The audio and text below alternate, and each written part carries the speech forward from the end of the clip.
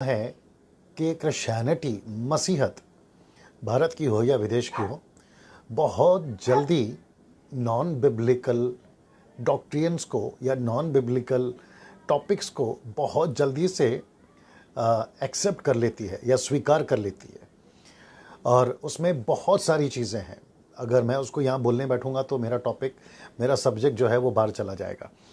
लेकिन उसमें से एक है ये जूता पहनकर स्टेज पे ना चढ़ना, जूता पहनकर प्रचार ना करना, जूता पहनकर आराधना प्रार्थना ना करना। उसमें से ये एक जो है हाईलाइट है। मुझे बहुत सारे लोग फ़ोन करते हैं, पूछते हैं, पास्टर डैनियल आपका इसके बारे में क्या है। तो मैं व्यक्तिगत तौर पे उन्हें बात कर चुका हूँ, सलाह दे चुका हूँ, काउंसलिंग कर चुका हूँ। लेकिन मेरे बहुत सारे वीडियो पे जहाँ मैं प्रचार कर रहा हूँ जूते पहनकर, उसके ऊपर यूट्यूब या फेसबुक के ऊपर लोग डालते हैं के पास डैनियल आपका सब ठीक है लेकिन आप जूते पहन के प्रचार क्यों कर रहे हैं। तो ये बहुत टाइम से चल रहा था, अभी रिजल्टली थोड़ा सा ज़्यादा हो गया। तो मैंने सोचा कि क्यों ना इसके ऊपर बात किया जाए और लोगों को एजुकेट किया जाए, परमेश्वर का वचन से सही कॉन्सेप्ट में या कॉन्टेक्स्ट में उनको समझाया जाए। तो मैंने सोचा कि आज वो मैं उसके ऊपर करूँगा। मैं फिर से कहना चाहता हूं कि जो लोग जुड़ रहे हैं, मैं आप सभी का स्वागत करता हूं इस अद्भुत शिक्षा को सुनने के लिए। ना सबसे पहले मैं चाहता हूं कि ऐसी दो आयतें हैं या दो स्क्रिप्चर्स है जहां पे ओल्ड टेस्टमेंट में परमेश्वर ने जूते उतारने को बोला। एक है मूसा और दूसरा है यहोशू। मैं रिपीट कर देता हूं, एक है मूसा और दूसरा है यहोशू। इन दोनों से परमेश्वर ने कहा था कि जूते उतारो। एक से परमेश्वर ने कहा था और दूसरे से स्वर्गदूत जो कप्तान था, योद्धा था, कैप्टन था, वॉरियर कैप्टन था, एंजल, उसने कहा यहोशू से कि तुम जूते उतारो। तो सबसे पहले मैं चाहूँगा कि नीता सोलोमन अगर आप नीचे स्क्रिप्चर डाल सके। मैं आज स्लाइड्स पे नहीं आऊँगा, मैं डायरेक्ट आ रहा हूँ ताकि आप लोग जो हैं सुन सके। मैंने जल्दी से प्लान किया है, बट नीता सोलोमन जो है वो नीचे वचन को डालती चली जाए। सबसे पहला निर्गमन की किताब 3 अध्याय वचन 1 से लेके 5 तक, the book of Exodus chapter 3 and verse from 1 to 5। मैं उसके लिए आपको पढ़ने जा रहा हूँ। लिखा है यहाँ पे, मूसा अपने ससुर यित्रो नाम मिदान के याजक की भेड़ बकरियां चराता था और उन्हें जंगल की परली और होरेब नाम परमेश्वर के पर्वत के पास ले गया। परमेश्वर के दूत ने एक कटीली झाड़ी के बीच आग की लौ में उसको दर्शन दिया और उसने दृष्टि उठाकर देखा कि झाड़ी जल रही है पर भस्म नहीं होती। ये एक चमत्कार उसने वहां पे देखा। वचन 3, तब मूसा ने सोचा कि मैं उधर फिरकर उस बड़े अचंभे को देखूंगा कि वह झाड़ी क्यों नहीं जल जाती। वचन 4, जब यहोवा ने देखा कि मूसा देखने को मुड़ा चला आता है, तब परमेश्वर ने झाड़ी के बीच में से उसको पुकार के कहा, हे मूसा, हे मूसा।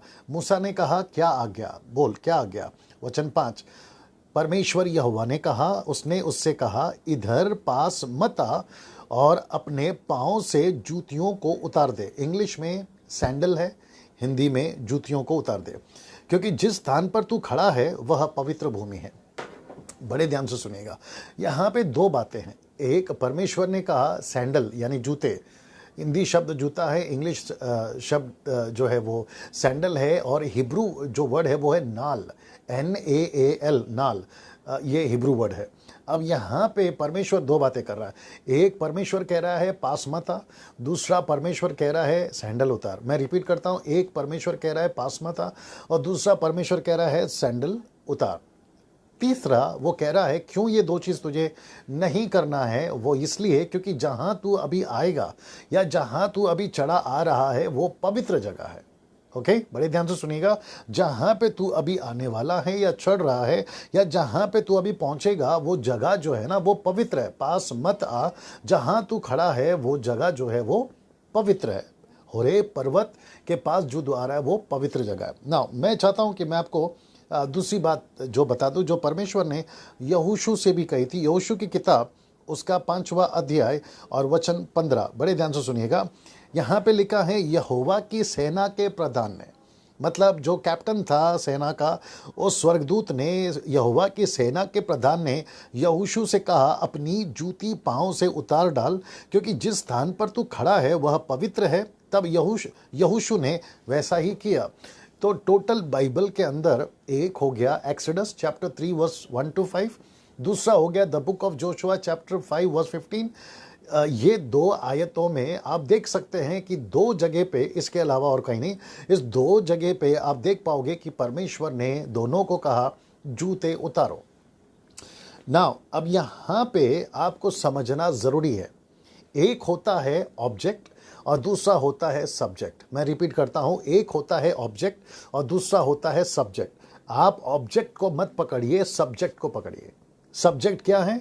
पास मत आ, जहां तू आ रहा है या जहां अभी तू पहुंचा है वो जगह पवित्र है।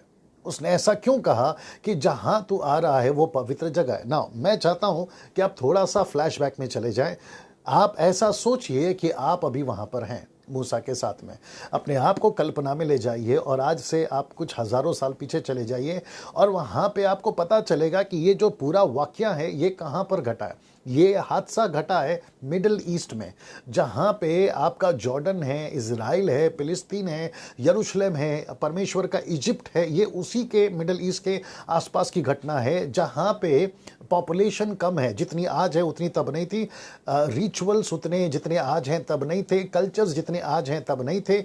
इन सभी को ध्यान में रखते हुए अगर आपको पता चले कि उस वक्त में परमेश्वर ने मूसा से क्यों कहा जूता उतारने के लिए, तो ये जो आज आप थ्योरी लगाओगे या कॉन्सेप्ट अपना लगाओगे तो आप नहीं लगाओगे, नहीं लगाना है आपको। पहली बात, गलत हो जाएगा, क्योंकि उस वक्त में ना पॉपुलेशन था ना कल्चर था। ये सिर्फ एक हिस्से की बात हो रही है और जहां पे परमेश्वर ने कहा जूते उतार। ना, दूसरी चीज ये भी दिमाग में लेकर आए कि मूसा का 80 साल के बाद में ये पहला इनकाउंटर है, जिसको हिंदी शब्द में कहूंगा आमना सामना।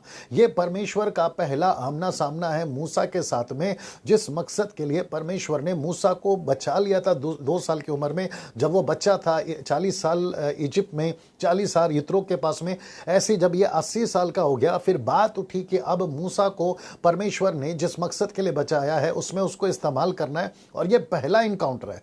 तो परमेश्वर उसको कह रहा है कि मूसा आप वह हैं, बड़े ध्यान से सुनना, आप वह हैं जो 6 लाख इजरायली पुरुषों को बाहर निकाल कर लेकर आओगे, नंबर 1। नंबर 2, आप वह हैं जो 10 आज्ञा की नियम को बनाओगे। नंबर 3, आप वह हैं जो 5 किताबें अब लिखना शुरू करोगे। नंबर 4, आप वह हैं जो अब यहां से तंबू कैसा होगा, आर्क कैसा होगा, मेरा परमेश्वर का जो अर्पण करना है वो कैसा होगा, ये सब तुम बताओगे। तो परमेश्वर के पहले ही इनकाउंटर में परमेश्वर मूसा को बताना चाह रहा था कि तुम जिसके पास आ रहे हो वो एक ऐसा परमेश्वर है जो पवित्र है। वाह मैं वापस कहता हूं, परमेश्वर उसको बताना चाहता था कि जहां तुम आ रहे हो, जिस परमेश्वर के चमत्कार को तुमने देखा या आवाज को जो तुम सुन रहे हो, ये तुम्हें समझ आनी बहुत जरूरी है कि जिस परमेश्वर का अभी तुम्हारा सामना हो रहा है वो पवित्र है। फिर साथ ही साथ वचन 6 में, उसी का निर्गमन 3 अध्याय वचन 6 में परमेश्वर उसको याद दिलाता है कि मैं वो परमेश्वर हूं जो तुम्हारे पूर्वजों का परमेश्वर हूं, अब्राहम का परमेश्वर, इसहाक का परमेश्वर, याकूब का परमेश्वर। उसको परमेश्वर एहसास दिलाता है मैं वही हूं जो तुम्हारे दादा परदादाओं को है ना लेकर चला हूं। तब मूसा को ये एहसास दिलाने के लिए कि तुझे अभी नारियल नहीं तोड़ सकता, वो अगरबत्ती नहीं चढ़ा सकता, वो मोमबत्ती नहीं चढ़ा सकता, वो हार नहीं चढ़ा सकता हो, लेकिन वहां पर उसको एहसास दिलाने के लिए कि ये जगह पवित्र है, उसको कहा कि अब तुझे अपने पैर से सैंडल उतारने, जूते उतारने। ना, इसकी बहुत सारी थेरीज है, बहुत सारे कॉन्सेप्ट हैं, इसके बहुत सारे अलग अलग जवाब भी हो सकते हैं। जो लोग जुड़ रहे हैं मैं आपका धन्यवाद करता हूं। प्लीज़ आखिर तक सुनिएगा, मैं ज़्यादा लंबा नहीं खींचूंगा, इसको शॉर्ट में रखूंगा, ठीक है ना। याद रखिए, बहुत सारे लोग कहते हैं कि सैंडल इसलिए उतारने बोला क्योंकि वो मरे हुए जानवरों का सैंडल पहना था। चलो वो एक रीज़न हो सकता है। शायद ये भी हो सकता है कि सैंडल भेड़ बकरियों को चराते चराते गंदे हो गए होंगे, इसलिए परमेश्वर ने कहा कि जूते उतार, ये भी एक वजह हो सकता है। सैंडल उतार, ये भी एक वजह हो सकता है। लेकिन ये सारी चीज़ों को ध्यान में ना लाते हुए सबसे पहला पॉइंट आप ये समझे कि परमेश्वर ने क्यों कहा कि तुझे सैंडल उतारनी है, क्योंकि परमेश्वर उसको बताना चाहता था कि जहां पर अभी आप खड़े हो या आने वाले हो वो जगह पवित्र है, और जो आपसे बात कर रहा है वो परमेश्वर भी पवित्र है। उसको क्यों कहा? देखिए, और एक चीज है जो मैं अभी बताने वाला हूं, और एक चीज है जो परमेश्वर ने कहा था, उसने कहा था कि पास नहीं आना। बहुत ध्यान से सुनिएगा, परमेश्वर ने कहा था पास नहीं आना। ये वही परमेश्वर है जिसने कहा कि जब मैं तुम्हारे बीच में उतर कर आऊं तो तुम्हारे जानवर, मेरे जो टेरिटरी है ना, आर्क जो बनाया था तंबू, उसके आसपास नहीं घूमने चाहिए, नहीं तो मैं उनको मार दूंगा, ये पत्थर से मरवा दूंगा। ये परमेश्वर का नियम था। तो इसका मतलब है परमेश्वर शुरुआत से एक ऐसी क्या कहते हैं विचारधारा मूसा के मन में डालना चाह रहा था कि तुझे पता होना चाहिए कि जिस परमेश्वर के साथ तू डील कर रहा है, बातचीत करता है, व्यवहार करता है, वो परमेश्वर बहुत स्ट्रिक्ट है, पवित्र है और भाई योग्य परमेश्वर है। ये बात उसके दिमाग में डालने के लिए ये घटना घटी ना। अब दिक्कत क्या हो गई कि ये घटना को जो वहां पर घटी और यहोशू के साथ में घटी, इसको उठाकर, खैर यहोशू का तो बात ज़्यादा नहीं उठाते लेकिन मूसा का उठाते हैं। वो कहते हैं कि परमेश्वर ने मूसा को कहा था कि जूते उतारो, सैंडल उतारो। इसलिए हम भी जब चर्च में जाते हैं या प्रार्थना सभा में जाते हैं या फिर जो कहते हैं कि कॉन्सर्ट में जाते हैं, कॉन्फ्रेंसेस में जाते हैं, वहाँ पे जब हम जाते हैं तो पुलपिट पे हम जूते उतार देना है। तो रेफरेंस क्या है? ये वाला, मूसा वाला। अब जरा सोच के देखिए, मूसा के साथ की जो घटना घटी और अभी जो आप हैं उसकी दुल्हन, आप उसकी कलीसिया, नई वाचा के लहू के लोग, उद्धार पाए हुए लोग, पवित्र आत्मा पाए हुए लोग, पवित्र आत्मा का मंदिर पाए हुए लोग, आपका शरीर अब परमेश्वर का मंदिर है। अब परमेश्वर अंदर बैठता है। तो मूसा की घटना के साथ और आप जो आज उसकी कलीसिया दुल्हन है, मुझे प्लीज सोच के बताएं, क्या कोई मेल है? सोच के बताइए, समझिए इस बात को, क्या कोई मेल है? आप तुलना कर सकते हैं? जी नहीं। मूसा का कंसेप्शन अलग है, आपका कंसेप्शन अलग है। मूसा का सिस्टम अलग था उस वक्त में, अभी का सिस्टम अलग है ना। मैं वहां पर आऊंगा। कुछ लोग कहते हैं कि जूता उतारना चाहिए। चलिए ना, थोड़ा सा प्रैक्टिकल बात करता हूं। मुझे भी लोग कहते हैं, मैं भी अभी कह देता हूं, जब आप किसी के घर पर जाते हैं तो आप सबसे पहला ये देखते हैं कि भाई हम यहां जूता उतारें, और हमने उतारना भी चाहिए। हमें ये समझ में आ जाती है कि हम किसी के घर पे जा रहे हैं तो हमने जूते जो है अंदर पहन के नहीं जाने। हमने पूछते हैं कि भाई क्या जूता पहन के मैं अंदर आ सकता हूं या नहीं। अगर वो अलाउ करते हैं कि यस यस आप जूते के साथ आ जाएं तो आप चले जाते हो। अगर वो कहते हैं कि जी नहीं आप जूता बाहर उतारिए तो हम उतारते हैं। एग्जैक्टली वही चीज कुछ कुछ डिनोमिनेशंस में या कुछ कुछ चर्चेस में शूज अलाउड नहीं है ना। बड़े ध्यान से सुनिएगा, बड़े ध्यान से सुनिएगा। जब आप चर्च में जाते हैं और वहाँ का जो सिस्टम है, कहते हैं कि जूता नहीं पहनना है, तो उनके लिए या उनके सिस्टम के लिए मैं खुद भी जूते उतारता हूँ। मैं जूते पहन के पुलपिट पे नहीं जाता हूँ। लेकिन अगर मुझे कोई कहता है कि आपको जूते इसलिए उतारना है क्योंकि जहां पे आप अभी खड़े होकर प्रचार करने वाले हैं वो जगह पवित्र है, क्योंकि परमेश्वर ने मूसा से कहा था कि मैं आया हूं इसलिए ये जगह पवित्र है, तो मैं इस कंसेप्शन से और इस क्या कहते हैं संदर्भ में या इस कॉन्सेप्ट से मैं सहमत नहीं हूं।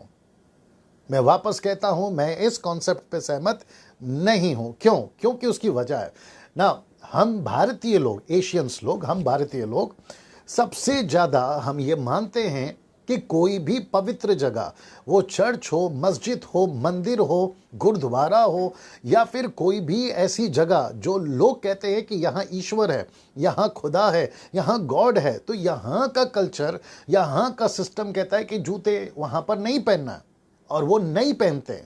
उनके हिसाब से वो सही है।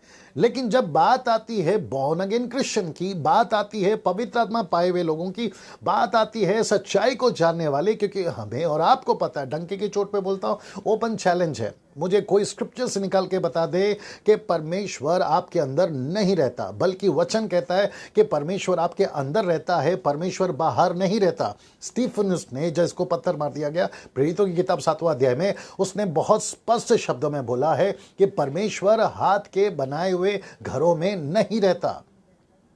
परमेश्वर कहां रहता है, इसी बात को पौलुस ने, पवित्र आत्मा ने पौलुस के द्वारा बताया। 1 कोरिन्थियों 3:16 में उसने कहा, क्या तुम नहीं जानते कि तुम्हारा शरीर पवित्र आत्मा का मंदिर है? बड़े ध्यान से सुनना, अगर आप किसी जगह को पवित्र बोलते हो तो यह मूर्ति पूजा के बराबर है। बहुत ध्यान से सुनना, वापस बोलने जा रहा हूं। अगर आप किसी जगह को कहते हो ना कि ये जगह पवित्र है, यहां पे परमेश्वर है, और आप यहां जूते मत पहनिए, तो इसका मतलब यह हुआ कि आप उस जगह की आराधना कर रहे हैं, आप उस जगह को पवित्र समझ रहे हैं, आप उस जगह को जैसे बाहर के लोग मानते हैं ना, आप वैसे मान रहे हैं, और ये परमेश्वर की नजर में मूर्ति पूजा है। मैं आपको क्लियर कर देता हूं, परमेश्वर के नजर में जूता प्रॉब्लम नहीं था, परमेश्वर के नजर में मूसा प्रॉब्लम था। जूता नहीं, मूसा प्रॉब्लम था। मूसा को ठीक करना था, जूते को नहीं ठीक करना था। मूसा को सुधारना था, जूते को नहीं। मूसा को भेजना था मिशन के लिए, जूते को नहीं।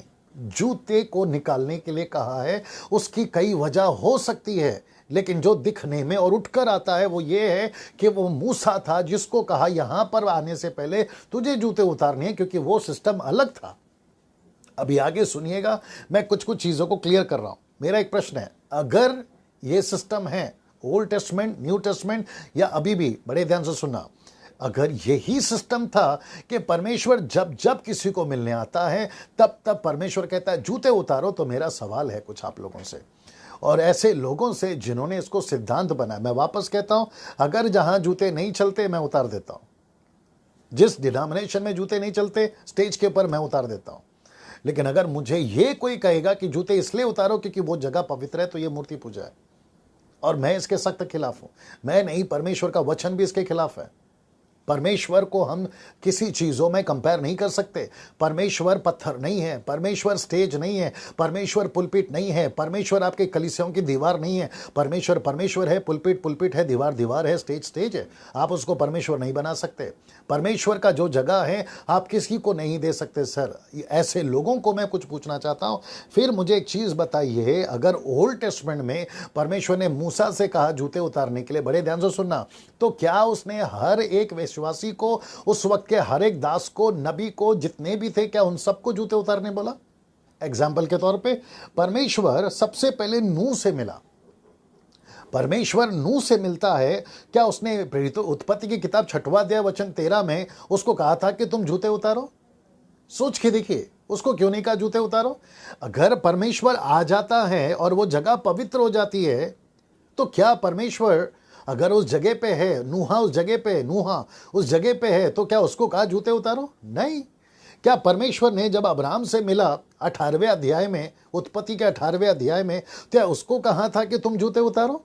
जब वहां पे त्रियोन गॉड आए एक साथ में, पिता पुत्र पवित्र आत्मा, ये तीनों वहां पर आए, तो क्या उनसे कहा कि तुम जूते उतारो? जी नहीं, उन्होंने कहा नहीं उतारो। वहां पर ऐसा कोई जिक्र ही नहीं पढ़ते हम लोग। फिर परमेश्वर पूरी रात याकूब से लड़ता रहा। बड़े ध्यान से सुनना, परमेश्वर पूरी रात याकूब से लड़ता रहा, या याकूब परमेश्वर से लड़ता रहा, दोनों का प्रार्थना का युद्ध होता रहा। तो क्या वहां पर परमेश्वर ने बोला तेरे जूते उतारो?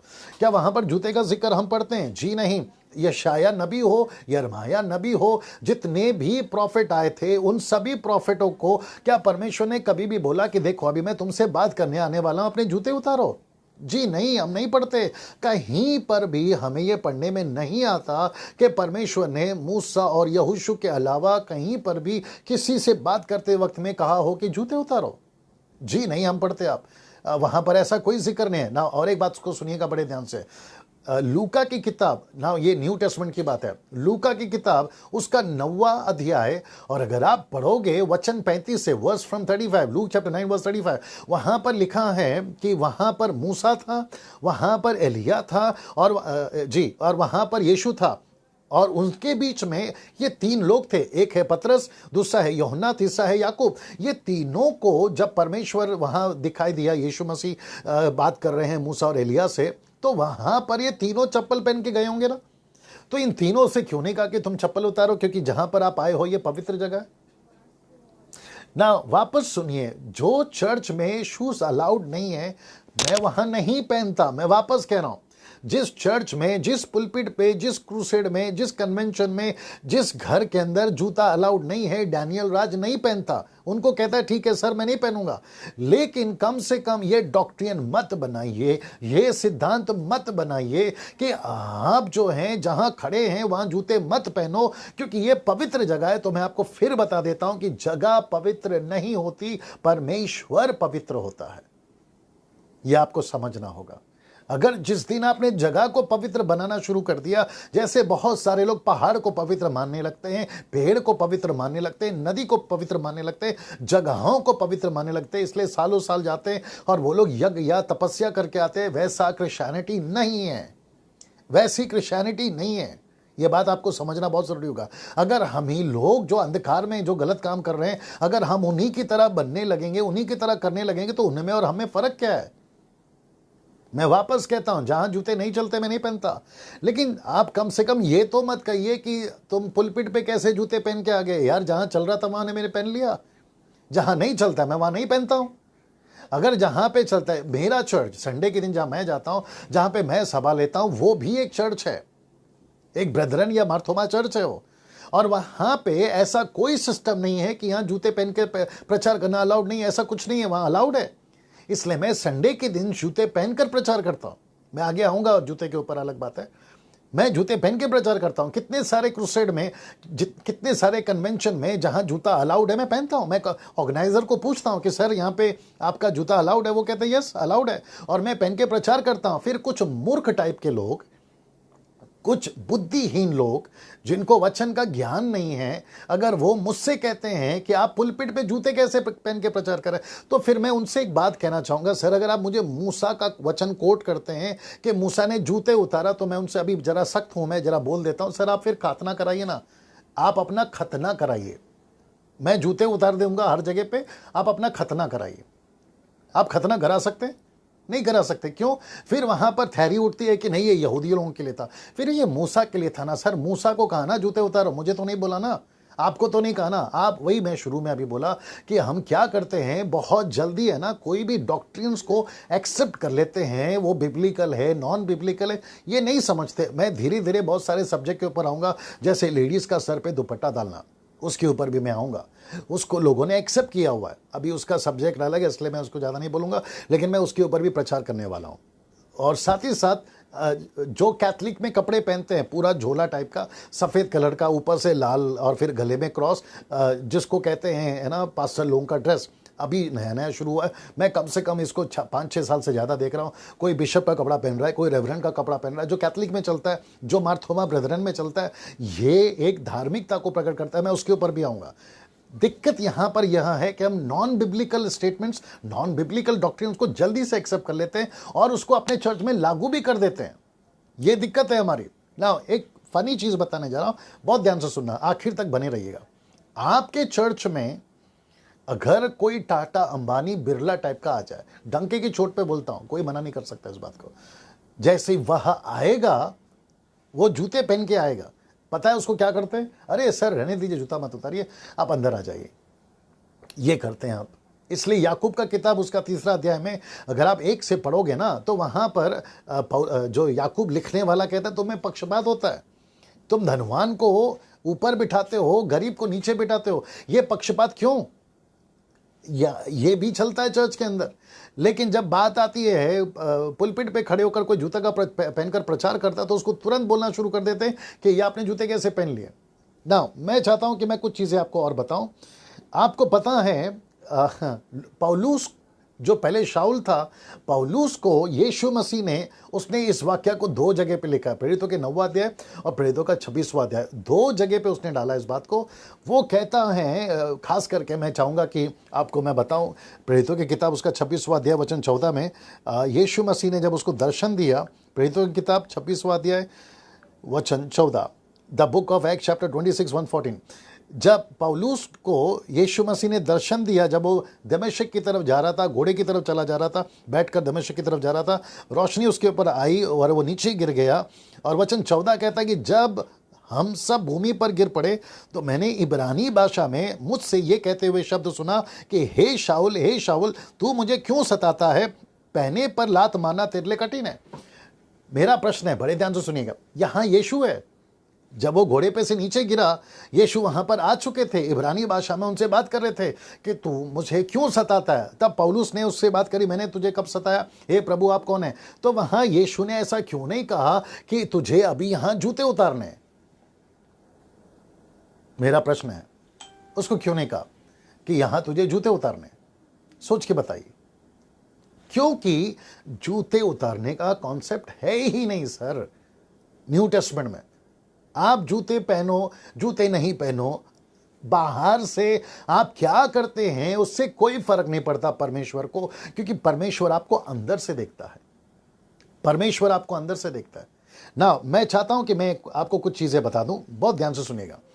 आपको पता है ये आपको अच्छा भी लगेगा, आखिर तक मेरे साथ बने रहिएगा, ये आपको अच्छा भी लगेगा। और मैं चाहता हूं कि मैं उसको पढ़ाऊं, और मैं अनीता सोलोमन जी से रिक्वेस्ट करूंगा कि वो वचन को डाल दे। निर्गमन की किताब 12वां अध्याय वचन 11, the book of Exodus chapter 12 verse 11, निर्गमन 12:11, निर्गमन 12:11 ना। बड़े ध्यान से सुनिएगा, मजा आएगा सर आपको। बात हो रही है जूते पहनने की, ठीक है ना, जूते निकालने की या जूते नहीं पहनने की नहीं निकालने की, जो भी है, ध्यान से सुनिए। लिखता है निर्गमन 12:11, उसके खाने की, यानी कि पास ओवर की बात हो रही है, मेमने के लहू को दरवाजे पे लगा और उसका मीट खाने की बात हो रही है, जिस रात को वो निकल जाने वाले थे उसकी बात हो रही है। तो कहता है उसके खाने के, किसकी, मीट खाने की, लैम के मीट को खाने की ये विधि है। बड़े ध्यान से सुना, कमर बांधे, पांव में जूती पहने, हाथ में लाठी लिए हुए फुर्ती से खाना, वह तो यहोवा का पर्व होगा। बड़े ध्यान से सुनिए, पांव में जूते पहनना। ये कौन सा दिन है? जिस रात परमेश्वर 6 लाख लोगों को इजिप्ट से निकालकर लाल समंदर पार कराकर प्रतिज्ञा के देश में ले जाने वाला है, कहता है जूते पहनो। अब एक प्रश्न है मेरा, बहुत ध्यान से सुनना। मूसा से कहा जूते उतार, यहां पे 6 लाख लोगों को कह रहा है जूते पहनो। वो तो शुक्र है कि मूसा आपकी और मेरी तरह बुद्धिहीन नहीं था। उसने ऐसा कोई सिद्धांत नहीं बनाया, उसने ऐसी कोई डॉक्ट्रिन नहीं बनाई कि परमेश्वर ने, जब मुझे पहली मुलाकात हुई तो उसने मुझे जूते उतारने बोला, इसलिए एक काम करो तुम लोग भी अपने अपने जूते उतारो, क्योंकि हम लोग लाल समंदर पार करने वाले हैं, इसलिए अब जूते नहीं पहनना। तो परमेश्वर ने कहा कि नहीं, जूते पहनो, जूते पहनकर आपको यहां से निकलना है। मैं वापस कहता हूं, मूसा ने ऐसा कोई नियम नहीं बनाया, उनसे कहा कि तुम जूते पहन के निकलो। क्यों? अब जरा सुनिए, 1 कुरिन्थियों 10वां अध्याय, बहुत ध्यान से सुनना, मजा आएगा आपको।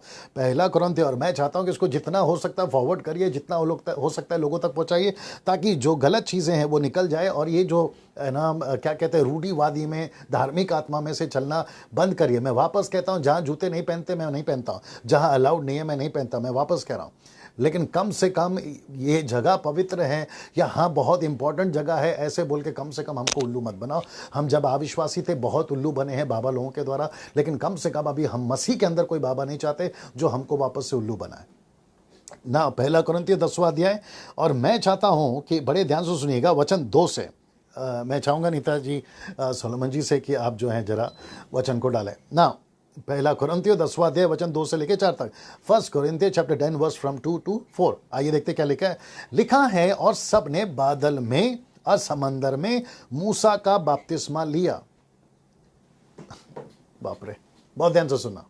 लिखा है, परमेश्वर कहता है, यीशु मसीह पौलुस के द्वारा कहलवाता है, कहता है कि बादल में और समंदर में, कौन सा समंदर? रेड सी, उसमें कहता है जूते पहनकर बपतिस्मा लिया। आप नहीं समझे अभी भी? निर्गमन की किताब 12:11 में कहता है जूते पहनो। 1 कुरिन्थियों 10:2 कहता है कि तुम्हारा बपतिस्मा हुआ है लाल समंदर में। तो इसका मतलब है कि जब बपतिस्मा हो रहा था, आत्मिक बातें जो समझ रहे हैं वो समझ जाएंगे, तो वो जूते पहन के बपतिस्मा ले रहे थे। तो वहां पे परमेश्वर नहीं था क्या? वचन पढ़ते हैं, लिखा है वचन 3 में, लिखा है, और सबने एक ही आत्मिक भोजन किया। वापस कहता है, सबने एक ही आत्मिक भोजन किया। कौन सा आत्मिक भोजन है? जो परमेश्वर वक्त वक्त पर उनको बताता था, उनको समझाता था वचन के माध्यम से। बड़े ध्यान से सुनिएगा वचन 4, फिर कहता है सबने एक ही आत्मिक जल पिया, और ये क्योंकि वह उस आत्मिक चट्टान से पीते थे, बड़े ध्यान से सुना, जो उनके साथ साथ चलती थी। और वचन कहता है आखिरी में, वो चट्टान मसीह था। बाप रे, आप नहीं समझ रहे हो अभी भी। देखो, पहला कहता है जूता पहनो, निर्गमन के 12:11 में। फिर 1 कुरिन्थियों 4 कहता है कि तुम परमेश्वर यहोवा, परमेश्वर यीशु मसीह, परमेश्वर पवित्र आत्मा साथ साथ चलता था। इसका मतलब है जब परमेश्वर साथ साथ चल रहा है तो वो जूते पहना के चला रहा है। अरे यार, सी दैट? तो परमेश्वर को जूते से प्रॉब्लम कभी था ही नहीं सर। मैं यही तो समझाने की कोशिश कर रहा हूं। परमेश्वर को जूते से अगर तकलीफ होती तो लाल समंदर में जहां बपतिस्मा हो रहा है, देखो मैं नहीं बोल रहा हूं, बाइबल बोल रही है, तो वो जूते पहन के बपतिस्मा ले रहे हैं। जूते पहन के आत्मिक बपतिस्मा की बात हो रही है, आत्मिक रोटी, आत्मिक पानी की बात हो रही है, और यीशु मसीह उनके साथ साथ चल रहा था। ये कैसे पॉसिबल है? अगर परमेश्वर को जूते से प्रॉब्लम होता तो परमेश्वर यहां मना करता ना भाई। परमेश्वर बोलता ना कि तुम जूते पहन के बपतिस्मा कैसे ले रहे हो, तुम जूते पहनकर कैसे क्या पानी में उतर गए, तुम जूते पहनकर कैसे क्या चट्टान में से पानी पी रहे हो, कैसे बोल सकता था? परमेश्वर मना नहीं करता था क्या उनको? तो मैं वापस कह रहा हूं मेरे दोस्तों, हाथ जोड़ के, परमेश्वर को जूते से नहीं, परमेश्वर को मूसे से प्रॉब्लम था, मूसा।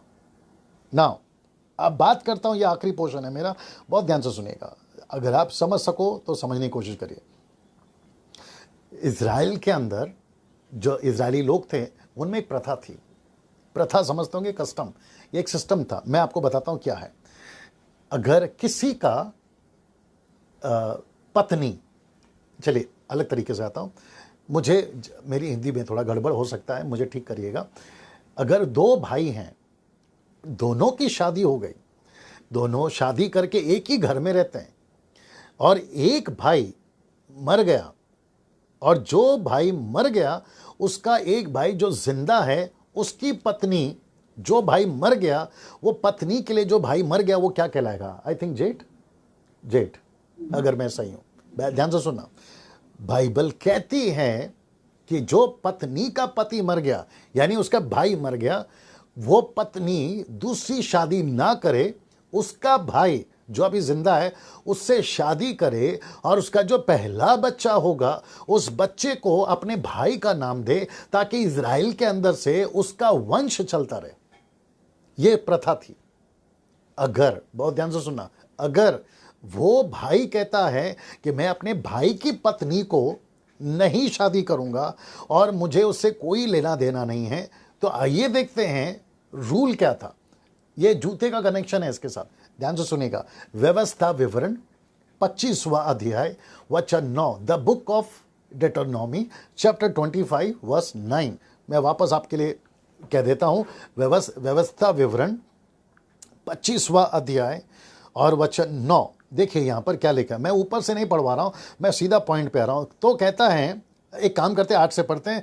तब उस नगर के वृद्ध यानी कि बुजुर्ग लोग उस पुरुष को बुलवा कर उसे समझाए, और यदि वह अपनी बात पर अड़ा रहे कि मुझे शादी नहीं करना है, अड़ा रहे और कहे कि मुझे इसको ब्याना नहीं भावता, मुझे इसके साथ शादी नहीं करनी है, वचन 9, तो उसके भाई की पत्नी, मतलब जेठ, उसके भाई की पत्नी उन वृद्धों लोगों के सामने उसके पास जाकर, ध्यान से सुनना, उसके पास जाकर पांवों से जूती उतारे और उसके मुंह पर थूक दे और कहे, जो पुरुष अपने भाई के वंश को चलाना ना चाहे उससे इसी प्रकार का व्यवहार किया जाएगा। आप नहीं समझे अभी भी? जो पत्नी को, भाई जो जिंदा है, जो पति भाई मर गया, उसकी पत्नी से अगर शादी करके वंश को आगे वो बढ़ाना नहीं चाहता, उसकी जूती उतार के उसके मुंह पे थूके और उसको ऐसा ही करे, क्योंकि उसने वंश को आगे नहीं बढ़ा। तो ओल्ड टेस्टमेंट में इजरायलियों के बीच में एक प्रथा चलती थी कि अगर किसी को अपने भाई मर गया, भाई का भाई मर गया, उसकी पत्नी का वंश आगे बढ़ाने के लिए वो उसके साथ शादी करे, बच्चे पैदा करे और उसको नाम अपने भाई का दे। अगर वो ऐसा नहीं करना चाहता तो उसको जूते उसकी जूती उतारे और उसके मुंह पे थूके, उसकी जूती उतारे। नाउ इसी को रूत की किताब में, the book of Ruth chapter 4 verse 7, रूत की किताब 4 अध्याय वचन 7, आइए देखते हैं यहां पर क्या लिखा हुआ है। यहां पे भी कुछ ऐसा ही है। अगर रिलेटिव्स में, अगर रिश्तेदार में कोई किसी की जमीन को छुड़ा सकता है तो सिर्फ वही छुड़ा सकता है। अगर वो नहीं छुड़ाना चाहता तो वो किसी को उसकी जिम्मेदारी दे सकता है। तो आइए देखते हैं प्रथा क्या। तो लिखा है वचन 7 में, 1 से पढ़ेंगे तो पूरा कॉन्सेप्ट समझ में आएगा, लेकिन मैं सिर्फ 7 पढ़ा रहा हूं। रूत की किताब 4 अध्याय वचन 7, अगले समय में इजराइल में छुड़ाने के बदलने के विषय में सब पक्का करने के लिए यह व्यवहार था कि मनुष्य अपनी जूती उतार के दूसरे को देता था। इजराइल में गवाही इसी रीति से होती थी। क्यों उतार कर देता था? क्योंकि वो कहता था कि मैं इसकी जमीन नहीं छुड़ा सकता, मैं जिसकी जमीन है उससे शादी नहीं कर सकता था। तो बोआज ने रूथ से शादी नहीं करी, बल्कि उसने उसकी ज़मीन को भी खरीदा, उसकी कीमत भी चुकाई, शादी भी करी, और जिसके ऊपर ये जिम्मेदारी थी उसको उसने कहा तेरी जूती उतार कर मुझे दे। अब जरा ध्यान से सुनना, एक जूती या दो जूती? मैं रिपीट करता हूं, एक जूता या दो जूता, एक सैंडल या दो सैंडल? अगर यही सिस्टम तब चलता था, मेरा फिर प्रश्न उठेगा, मूसा ने एक सैंडल उतारा या दो सैंडल उतारा? Number one. नंबर टू, उसने जूते उतारकर सैंडल उतारकर मूसा ने कहां रखा? पहाड़ के नीचे रखकर आया या पहाड़ पर ही रखा? जिसको अभी अभी आपने सुना कि यह पवित्र जगह, अगर यह पवित्र जगह है तो जूता उतारकर वहीं रखा या फिर कहीं और? एक जूता उतारा या दो जूता उतारा? मेरा यह पॉइंट है, आपसे प्रश्न है। जैसे यहां पे लिखा है जूती उतार। ना एक वचन मैं आपको और पढ़वाता हूं, कहां गया? ओके, एक वचन मैं आपको और पढ़वा देता हूं जी, एक मिनट, हाँ मिल गया। नीति वचन पहला अध्याय वचन 15, नीति वचन पहला अध्याय वचन 15, नीति वचन पहला अध्याय वचन 15। बहुत ध्यान से सुनेगा। लिखा है, तो हे मेरे पुत्र, तू उनके संग मार्ग में ना चलना, वरन उनकी डगर में पांव भी ना धरना। पांव तक नहीं रखना, इसका मतलब क्या है? कौन सा पांव? एक पांव या दो पांव? सोच के देखिए। जब आप किसी घर पे जाते हो, राइट पैर या लेफ्ट पैर रखते हो। यहां पर नीति वचन में लिखने वाला कहता है, प्रोवर्ब्स चैप्टर 1 वर्स 15 में कहता है पांव नहीं रखना। कौन सा पांव? दोनों पांव या एक पांव? यह प्रश्न नहीं है। मूसा ने कितने जूते उतारे? एक या दो? यह प्रश्न नहीं है। यहां पे बोआज ने जूते लिए, एक लिए या दो लिए? यहां पे अगर भाई की पत्नी से शादी नहीं कर रहा तो जूते ले लो, एक जूते या दो जूते? यह प्रश्न नहीं है। फिर मेरा प्रश्न यह है, आप यीशु के लोग हैं, आप कलीसिया हैं, आपका शरीर मंदिर है। परमेश्वर अभी पेड़ में, झाड़ में, झाड़ियों में या कहीं और दर्शन नहीं दे रहा है, वो आपके अंदर है और आप में वास करता है। यार जूते का क्या समस्या है? आप सड़क पे चलते हो तो प्रभु आपके साथ है, जूते पहन के चलते हो तो प्रभु आपके साथ है, रेस्टोरेंट में खाना खा रहे हो तो प्रभु आपके साथ है, रेलवे स्टेशन पे खड़े हो तो प्रभु आपके साथ है, एयरपोर्ट पे खड़े हो तो प्रभु आपके साथ है। तब तो आपको हर जगह जूता उतारना पड़ेगा। अब कुछ समाज में लोग हैं, क्या कहते हैं उसको, जैन समाज में कुछ ऐसे लोग हैं जो पूरी जिंदगी जूता नहीं पहनते हैं, तो फिर हम तो उनके समान हो गए। मेरा फिर ये प्रश्न हो जाएगा आपके लिए ना। मैं समाप्त कर रहा हूं, बड़े ध्यान से सुनेगा। जानते हो यीशु ने क्या कहा? लूका की किताब उसका 10वां अध्याय वचन 4 में, आइए देखते क्या लिखा है। लिखा है लूका की किताब उसका 4 अध्याय वचन 10 में, कहता है क्योंकि लूका की किताब उसका 10वां अध्याय वचन 4, लूका की किताब उसका 10वां अध्याय वचन 4 जी। इसलिए ना बटुआ, ना झोली, ना जूते लो। यीशु ने कहा जूते नहीं लेना। तो फिर मैं उन लोगों से कहना चाहता हूं जो मूसा का इतना सा स्टेटमेंट पढ़ के हमको कहते हैं, कुछ लोगों को कहते हैं, कुछ भी ये धारणा रखते हैं कि हम स्टेज पे जूते पहन के नहीं चढ़ेंगे क्योंकि मूसा को बोला। यहां तो यीशु कह रहा है, तो फिर आपने जूते क्यों ले लिए? आप लोग हर समय जूता नया क्यों खरीदते हो? आपने बटुआ क्यों ले लिया? आपने झोली क्यों ले ली? ये सब आपको नहीं लेना चाहिए। फिर आगे भी लिखा कि किसी को प्रणाम मत करो, नमस्ते मत करो, फिर आपको ये भी करना चाहिए। ये तो आप नहीं करोगे। फिर यहाँ पे आप लॉजिक लगाते हो कि नहीं नहीं नहीं यीशु मसीह ने वैसा बोला। तो मैं वही समझा रहा हूँ कि सर फिर आपको ये भी तो लॉजिक लगाना होगा ना कि यीशु मसीह ने, परमेश्वर यहोवा ने मूसा को ऐसा क्यों बोला, उसको सिद्धांत क्यों बना दिया? परमेश्वर अंदर है ना, बाहर थोड़ी है। परमेश्वर की चीज़ें पवित्र नहीं है, परमेश्वर पवित्र है, चीज़ें पवित्र नहीं होती। इफिसियों की किताब, ये आखिरी है, इफिसियों की किताब उसका 6वां अध्याय वचन 15 पढ़िए।